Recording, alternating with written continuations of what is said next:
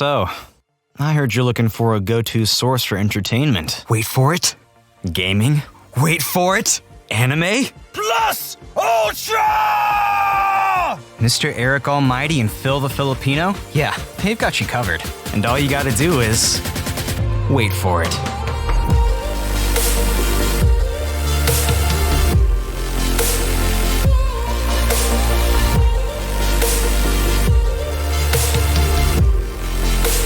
This is the Wait For It podcast. Hey everyone, welcome back to the Wait For It podcast. I am your co-host, Phil Smith, aka Phil the Filipino, and joining me as always is your other co-host, Mr. Eric Almighty. Folks, Happy New Year. Welcome to 2024. You actually are there before we are, because we're still recording this in the past. We're in 2023. Oh, Eric, time travel. It's already happening in this episode. How wild is that? We are talking to our future audience here this evening, and super excited to talk about this month's episode of Late to the Party, first episode of the year, January 2024. We hope you guys all had a safe and happy new year. And but even though it's a brand new year, we don't stop working. We are right back at it to bring you guys some awesome content. And Eric, we are kicking it off with a bang with a incredibly critically acclaimed film that I cannot believe, I didn't even realize, is almost a decade old at this point. So late to the party, we certainly are with this one. Absolutely. And you know, we have talked about Christopher Nolan with Oppenheimer in 2023. We really enjoyed that movie. I like to think we're big fans of his filmography. So it's kind of shocking that we haven't seen this movie. You're the Matthew McConaughey guy. Like, everything literally had it lined up for us to have watched this prior to now. And here we are, late to the party. We are going to talk about Interstellar openly and freely. Some stuff we liked, some stuff we didn't understand. But man, I think, Phil, I can speak for both of us. I'm excited to talk about this one. I think this is what the probably most recent Late to the Party that we're like really excited to talk about. Just to talk about some of the last ones that we've covered. Since September, it's been The Bear, which was a mixed party for the two of us. Nope, mixed bag. Shin Godzilla was what it was. And then Spirited Away, which of course you're infamous for. So I really feel like this is just going to breathe new life into us. But I gotta say, if you have not watched Interstellar, I regret not seeing this movie in the last decade. So if that's anything at all, before you click off this episode and come back later, go check it out. Listen, it is a 3-hour runtime, basically, but go watch the movie and then come back. I think you will be very glad that you did. And Eric, I will say this, do we now forgive Christopher Nolan for Tenet? I don't know. I will say I'd be damning more answer. I'd be more open to rewatching Tenet, maybe, but I don't know. I think I would just rewatch this, to be honest with you, instead. I kind of want to. Well, you guys can kind of hear the giddiness in our voices again, as Eric alluded to about talking to this. Hopefully, after this episode, I'm allowed to watch movies and critique them again. You guys let me know if I have gained that right back. Yes, we are talking about the 2014 Christopher Nolan film Interstellar, and this is our series Late to the Party. If you are looking for the rest of our library for those episodes that Eric mentioned, stick around to the very end and we'll let you know where you can find all that and all the rest of our content. But Eric, let's jump into this here. I'll give you guys a very quick synopsis. When Earth becomes uninhabitable in the future, a farmer and an ex-NASA pilot, Joseph Cooper, is tasked to pilot a spacecraft along with a team of researchers to find a new planet for humans. Now, Eric, obviously we knew about the existence of this film, you know, in the Nolan verse, and we know we are, like you said, big fans of his work for the most part. The only thing I really knew about this movie, and I think it benefited me, was the meme, right? The Matthew McConaughey lights in his eyes meme, and we finally get to see where that happened and the context of it. But other than that, I really didn't know too much about it. Like, there's a subsect, I think, of sci-fi space films that I have kind of missed out on. This is one of them. Gravity being another that we've talked about also off the podcast. So I am glad this is the one that we chose. And as I mentioned, it is a long run time. But when I first saw that, I was a little intimidated, just because, that's a lot of time to commit during your day. And I watched this a little bit differently than you did. I think you watched it in one sit down. I broke it up into 2 parts. So I watched half yesterday, half today.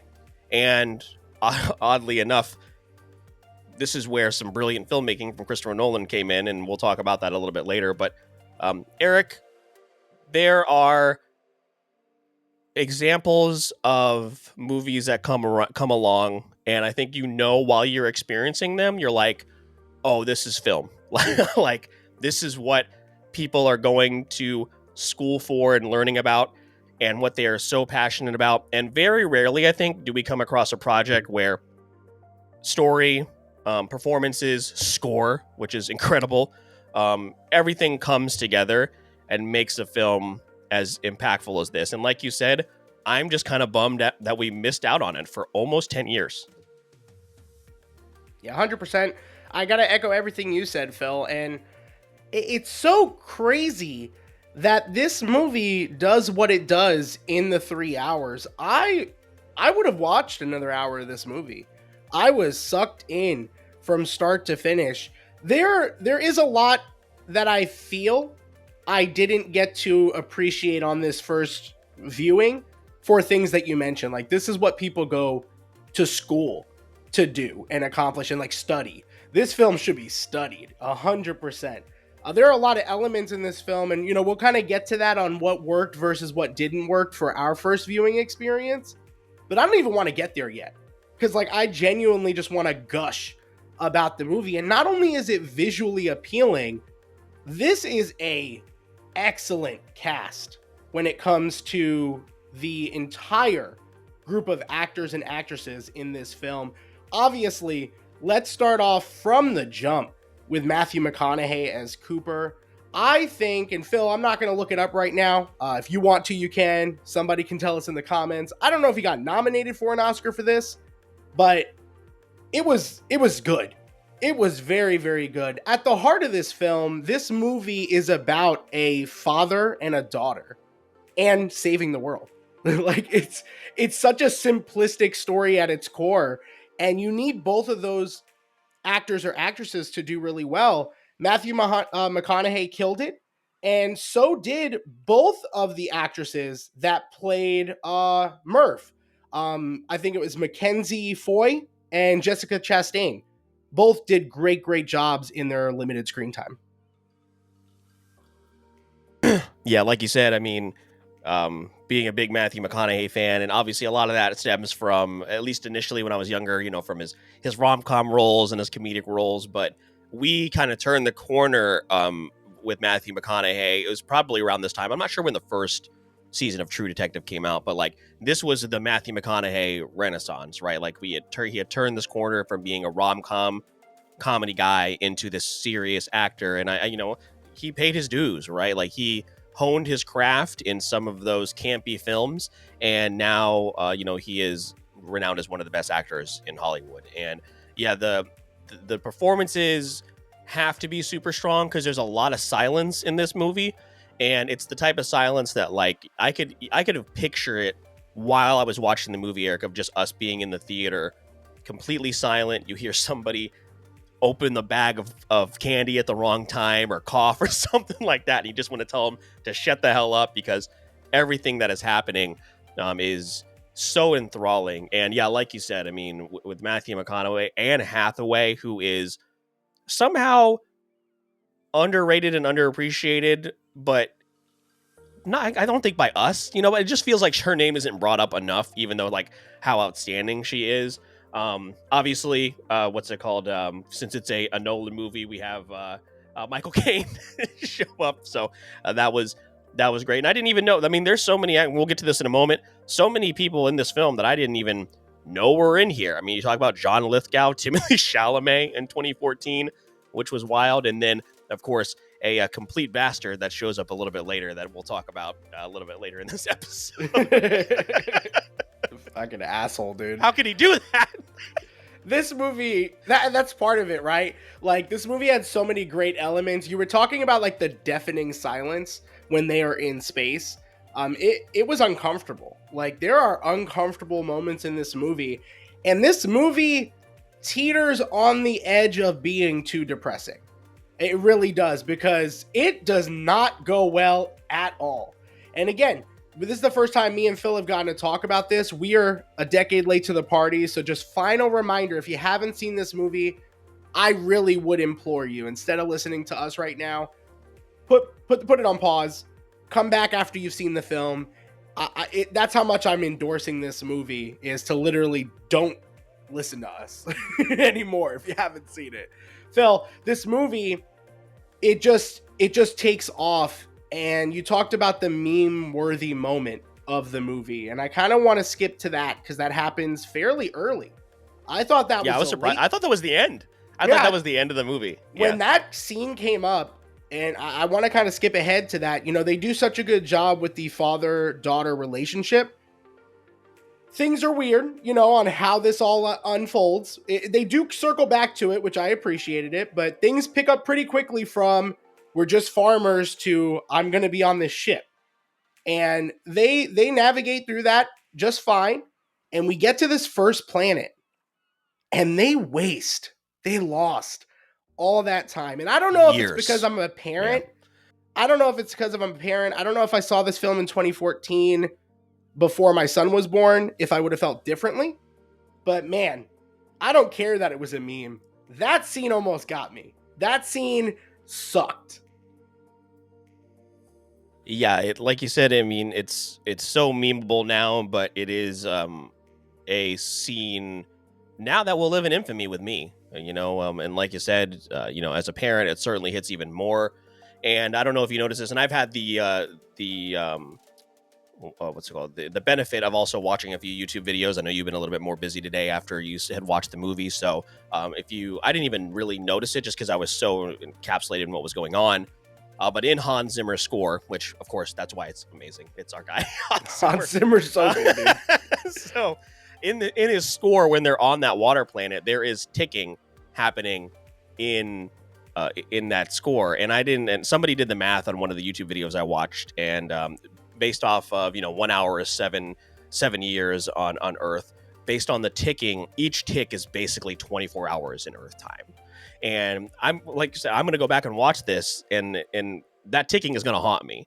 And like they talked about, like the person who had landed there before there just died minutes before, and they don't even see like the giant wave receding in the background and all this stuff. But yeah, it's all, like you said, nothing really goes right. And they talk about it, Murphy's Law, right? What can go wrong will go wrong. And shit goes wrong quite often in this film. And you get to that first planet, and then really just kind of the simpleton in me is like, how are they going to live? No one's going to live here, right? It's just a bunch of water. There's no way that's going to happen.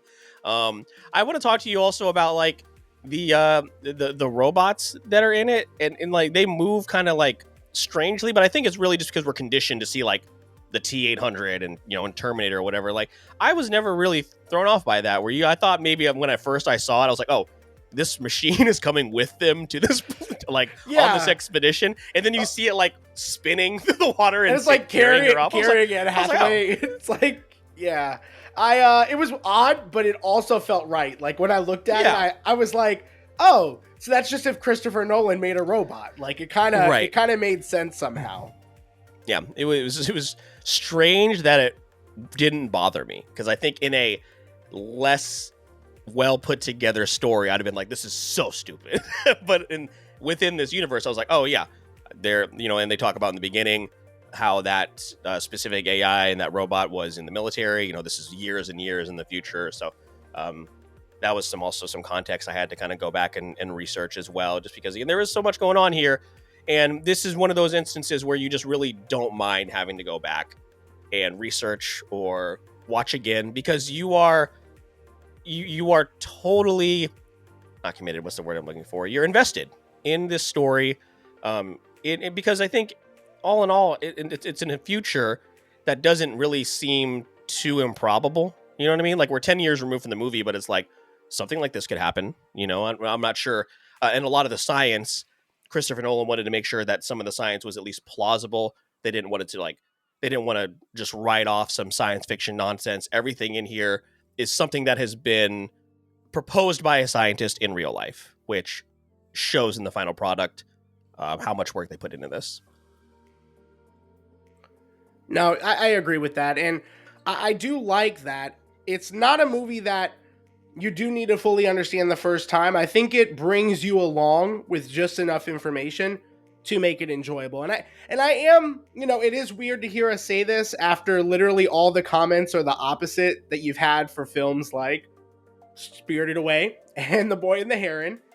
But I also have made comments like, you shouldn't have to go see YouTube videos to understand a movie, but like, I want to go watch those. Like, I want to. I'm going to. And I do plan on seeing this movie at some point a second time. It has sat with me so much since then. And, Phil, you bring up the whole thing that happened in this, version of Earth, these dust storms that are just absolutely terrifying to see. And obviously life is becoming inhabitable. It's not an option anymore. So when this whole journey to space happens, you get the reasoning behind it, you understand the journey. And even though it really does feel, Phil, like not too much happened while they were out in space, so much happened. And that's kind of the crazy thing that I think this film does so effectively. They also then, really bring us along with a lot of these characters. Michael Caine did a great job as, Professor, I'm forgetting the name, Brand, which is the father of Anne Hathaway's character. He did a great job. And then they bring, as they turn that character and the reveal that plan A was never going to happen, then they bring in the asshole known as Matt Damon, who son of a bitch, Matt Damon. The second he came on screen, you get to this next planet, and the way they get to this planet is to undermine, Anne Hathaway's character, because the planet she wants to go to, even though it has better data, it has someone that she cares about. So she's compromised in that way. And they ultimately make the wrong decision. And right away, because they land on this fucking ice planet, Phil. I was like, you're not getting me twice. Frozen clouds. You're not getting me twice. And Matt Damon, I don't care what he said, I didn't believe it for a second. I was like, look at this planet. There's no way. No way. This is where we're gonna live. We landed on a cloud, my man. What are you talking about? When they came into the planet and somebody said this cloud's frozen, I was like, nah, no, we're getting out of here now. And I just think it set up such an interesting situation to unfold, that they get to this planet, they get duped, and then everything from there, Phil. This is kind of where I want to transition into if there was anything that like held the film back for you. I think the film's first two acts are extremely strong, and where the film just kind of takes a little peg down is the third act for me. This movie doesn't explain everything to you, but it also should explain a little bit to the casual viewer. And again, for someone who has never been into the economics and symmetry of when a black hole goes into the fifth dimension, maybe a little breakdown of what that all happened there. God, that read up on your black hole knowledge, Eric. What is your don't critique black hole movies anymore. Maybe that would have been helpful, because a lot of that I had to suspend my belief, and I really did. But I kind of like took a scientific approach to watching the movie, like how they went into space, some of the things, the way the film was being shot. I didn't really feel like I was suspending my belief. To your point earlier, this movie felt like grounded in a sense, like a world we would live in, a situation that would happen. But when we got to that third act, I felt like I was suspending my belief a little bit more than I was in that grounded reality. Does that make sense? Did you feel that way? Yeah. Yeah, I think it was more of a, as far as the third act, I think it was more of a surprising turn, because we had spent most of this movie being relatively grounded, all things considered, and then all of a sudden Matt Damon is trying to murder Matthew McConaughey in a frozen cloud. You know what I mean? Like, it took that really sharp turn into action tropes, and we weren't watching an action film, right? It was sci-fi, but it was not a point where these two are fist fighting galaxies far, far away. But other than that, like, I did see a video where some of the critique for this film has been exactly what you were saying, is that it doesn't really explain everything to the viewer, specifically the portion where he goes into the black hole and he is monitoring Murph, through the time warp or the tesseract, whatever it is. And, that's definitely a part that I had to go in and figure out and learn more about. I understood what was happening. I didn't understand how it was happening, I guess. And, there are a bunch of theories out there as far as, like you said, people have broken this film down for years now on YouTube. So there is a plethora of information out there now that people have had the time to dissect it and watch it over and over and over again.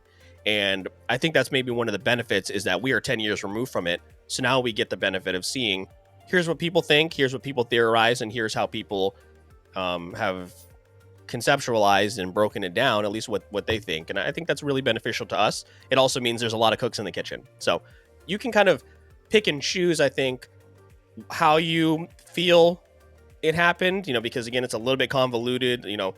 Is it another race? Did we make this? The theory that I watched is that it was actually TARS who had created, or AI specifically, who had created this like vortex, and a lot of stuff out there. So there is going to be a portion of the audience, I think, that is turned off by that for sure, and they were, again, from what I understand.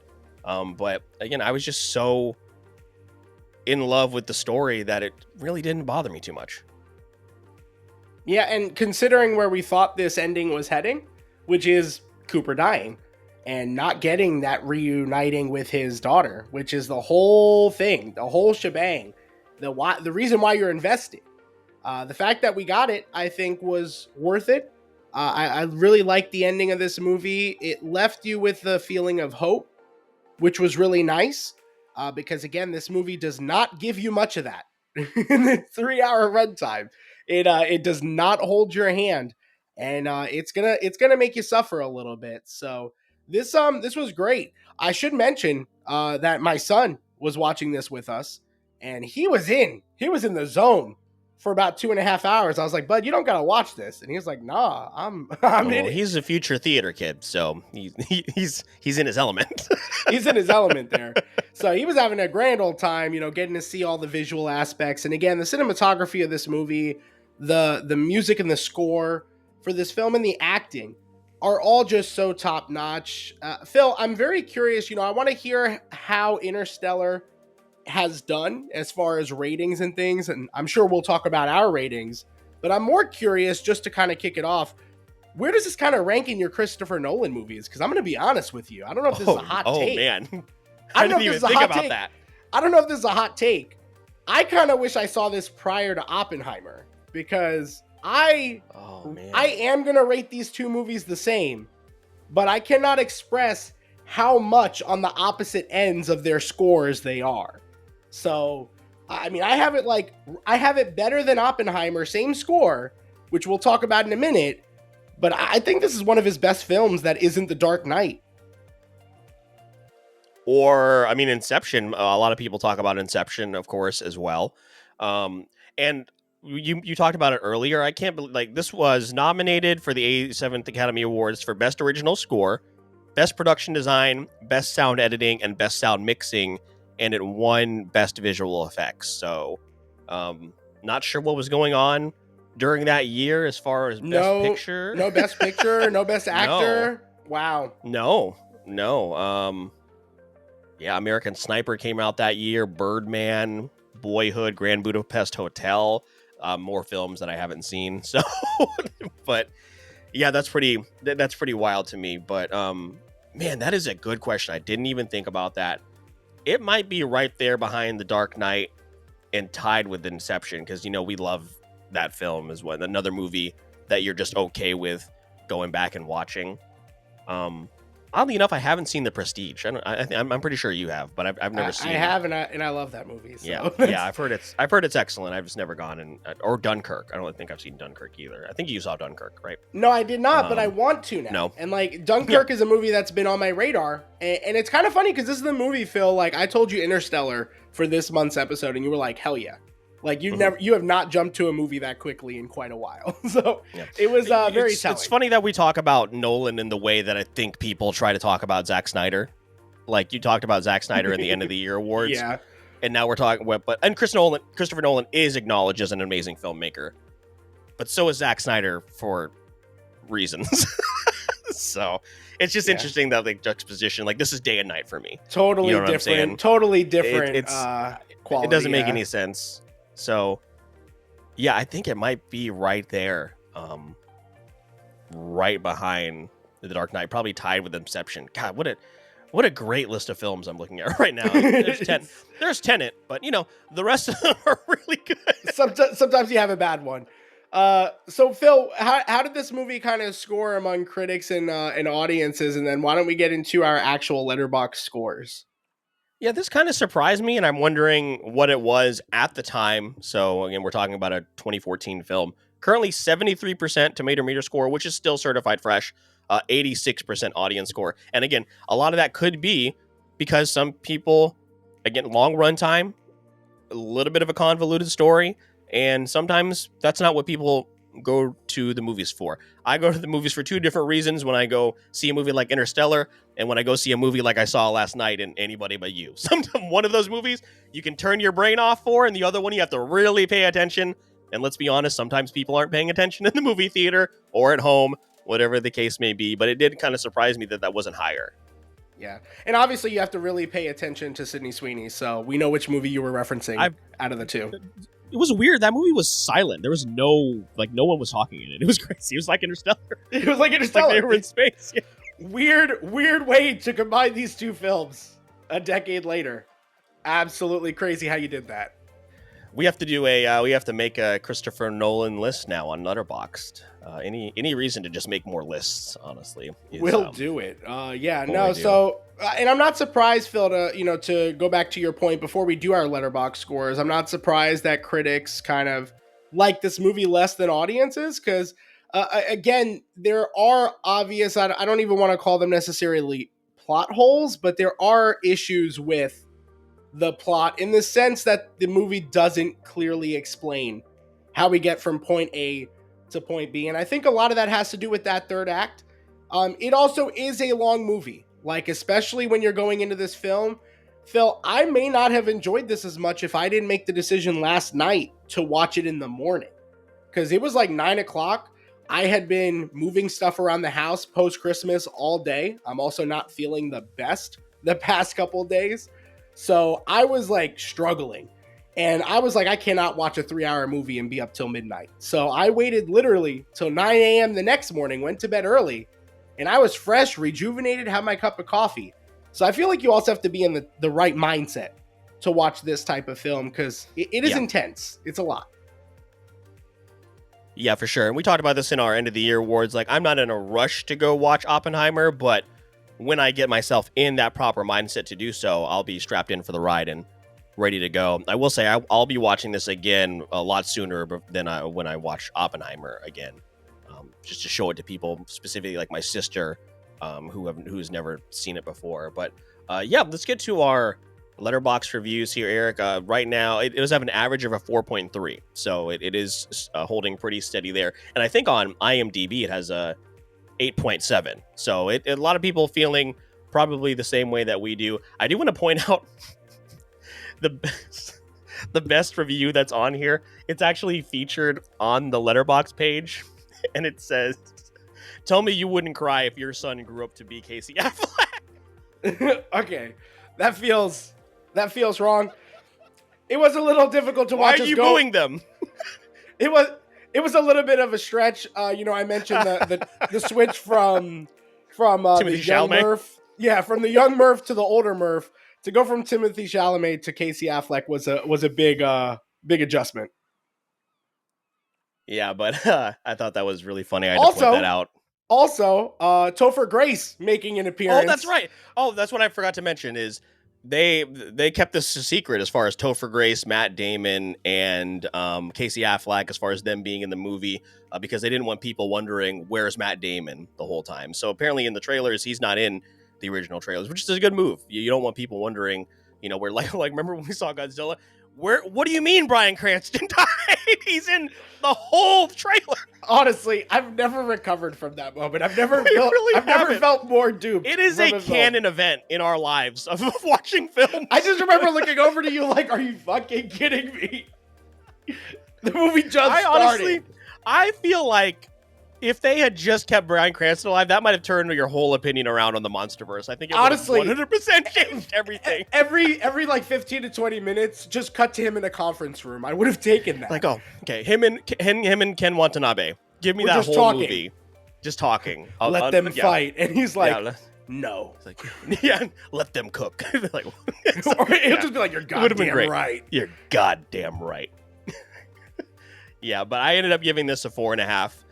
It is going on, probably upon another watch, it will probably go into my favorite movies of all time list. It was that good, and as we already stated, I am looking forward to watching this again and experience it. Honestly, it's one of those films that you can make the argument and be like, man, I wish I could watch that for the first time again. But now I am excited to go back and watch it again with what I know now. Yeah, I was torn about this, and I do think another watch is going to be necessary to solidify the score. Because, Phil, again, Letterboxd, please, it's a 4.25 right now. And I have to choose, is it a 4.5 or is it a 4? Right now, I'm leaning to a 4. And again, for a 4 for me, this is a movie that I would actively put on. This isn't a movie in the 3s that I would have on in the background and I'd like maybe sit down and watch it. This is a movie I actively want to watch, and I'd bring somebody along for the ride. A 4.5 is like a must watch. A 4.5 is like, this is going to be one of my favorite films that I've ever seen. It's going to be a repeat watching type of film. I don't know if we're quite there because of that third act, but that could easily change. I don't know that this will ever go into my top 10 all time for the reasons that I've kind of mentioned, but I cannot stress it enough. That should not take away from this film. This is one of the best and maybe most impactful movies I've seen, really, in the last decade. So if that says anything at all, hopefully that just puts the nail in the coffin. Yeah, I totally agree. This isn't in my top 10 for sure, but I would say it's probably one of the best 25 to 30 movies I've seen in my lifetime. And I wouldn't be surprised if it sits there for a whole bunch of people. I mean, man, so talking about some of these performances and again, just Hans Zimmer being incredible at everything that he does. And yeah, man, as far as Christopher Nolan, like the last thing obviously we remember, Oppenheimer was outstanding, but again, Tenet left that weird taste in our mouths. And again, it's probably a film that probably by now I can go back and rewatch and reanalyze now, a couple of years removed. But yeah, everything about this lived up to the hype and more. And I'm glad we finally got to see the iconic scene and put some context to it. And also the crazy part is, and that I meant to mention that earlier, when we see that transition where Murph is transmitting to her dad, she turns it off and it switches to her perspective. That is the exact halfway point of the film, an hour and 24 minutes in. And again, just stuff that you wouldn't know unless you went in and researched it a little bit. I think that's the whole thing, is like, I don't want to know more about movies that I don't enjoy. But when it comes to stuff like this, I'm like, hell yeah, I'm going to do an absolute deep dive and I'll watch a 35-minute video on YouTube, sign me up, and then go watch it again. So it's literally your favorite thing to do. So like, it is between that and terrarium builds and Jurassic World builds, Jurassic World Evolution. Yeah, so confusing. Ants Canada is building a massive enclosure in his house, just so you guys know. Philip, stop. Stop. I'll link it. I'll put it in the show notes. No, you will not put that in the show notes. You will not put that I'm going to get him on. I'm going to get him on for Creator Spotlight, and we're going to talk ant keeping for an hour and a half. Oh my God. Please.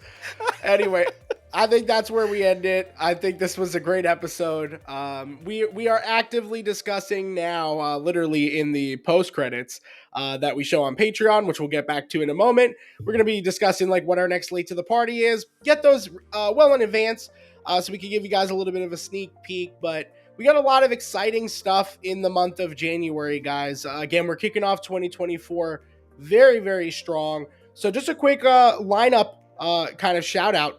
If you're listening to this episode, you may have seen the post on Instagram. International feature, we're going to be going over Blue Eye Samurai, the game room where it happens. We're going to talk about Ghost of Tsushima, which I am actively playing and having a blast so far. We will also then be having the Creator Spotlight return, and we are hoping to have the Limit Breakers on for that episode. And then finally, we're getting some guests together for Foresight 2024. We do this every January where we take a look into the future and see what we predict is going to happen in the world of gaming, entertainment, and beyond. So, Phil, with all that being said, this was a great episode. Again, probably the most recent late to the party in memory that we've been both super excited to talk about. So let everybody know where they can find some of those other episodes where we had differing opinion, and let us know where they can let us know where they can find us on social media. Let's manifest 12 late to the parties just like this, right, guys? Let's hope that that's how it's going to go. I'm sure there won't be any missteps along the way or disagreements. Everything will go smoothly in 2024. But yeah, folks, whether it is your first time here or if you're a longtime listener, just as a reminder, you can find everything you need in the show notes. The Linktree link will send you everywhere. Social media pages, Instagram and TikTok are the two most important, as well as our Discord page. Those are the three best ways to speak to us directly. Let us know, maybe some content you'd like to see as far as late to the parties, international features, game room where it happens, all that kind of stuff. Let us know over there.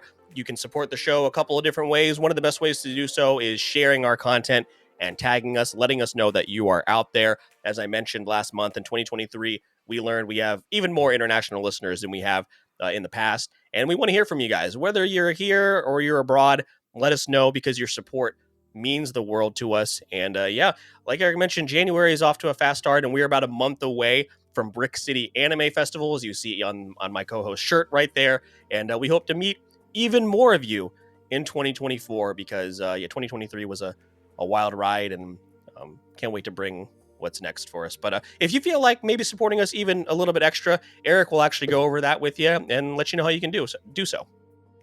Yeah, guys. So if you want to go that extra mile, you can support us directly through our Buzzsprout page. Or if you'd like to move that over to Patreon instead, where you can get exclusive benefits like behind the scenes, before and after credits of the show, early access to episodes like this one.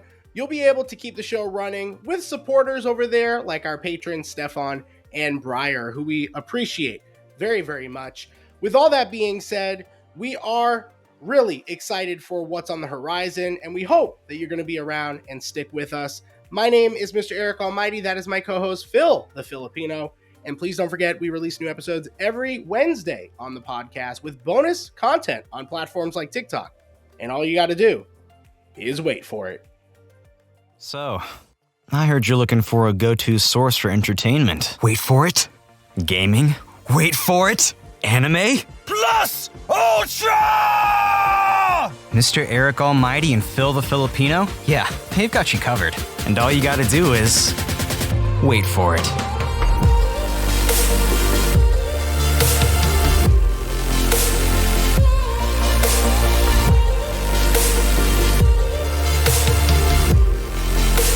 This is the Wait For It podcast.